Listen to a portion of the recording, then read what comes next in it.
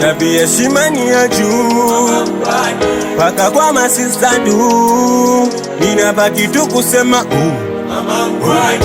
Tukianzia uzuri tu mama mgwani, tabia heshimani ya juu mama mgwani, paka kwa masista du, ninabaki tu kusema mara ya kwanza minamona alinikutana choma, ghafla nkajihisi kama mtu mwenye homa, kutoa salamu tu jibu lake ni noma, sauti yake tu nikajihisi nimepona, ndefu yake shingo mwendo maringo, nilifurahi aliposema upo singo, siyo siri mtoto huyo ameumbika, na kama kipita mbele ya watu 10 wao nadeka chao lazima tababaika, na wawili ndo hivu shashika, kisa kwangwani amefika na mina hapa kama sitomwacha sana, imani atanizalia mapacha, na hata kama bahati mbaya kiwatasa, mina jua sitoweza kumwacha, yote ni sababu tu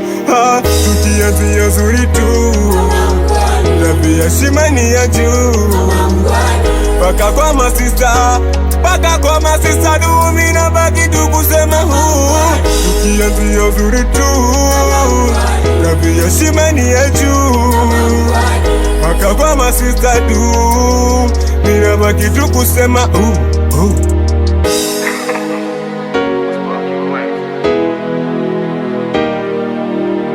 Mama mgwani gwani, kwani unayempenda nani? Kati ya kina marume unamchagua nani? Mama mgwani gwani, kwani unayempenda nani? Kati ya kina marume unamchagua nani? Alafu uko simpo, una madimpo, siku ya kwanza kukuona ulinichanganya, hongera toto tena wa moto, kabla sijatoa kitu paka pepa nikaichana.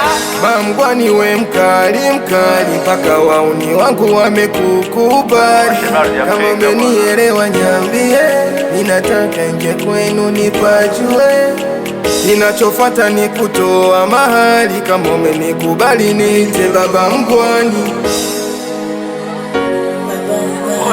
Mwanangu hii amekubali mwanangu, tembea da. Ndio mjombo mwanangu. Baba mgwani. Ndio tunamkubali na kutoa mahali kwa unaoa.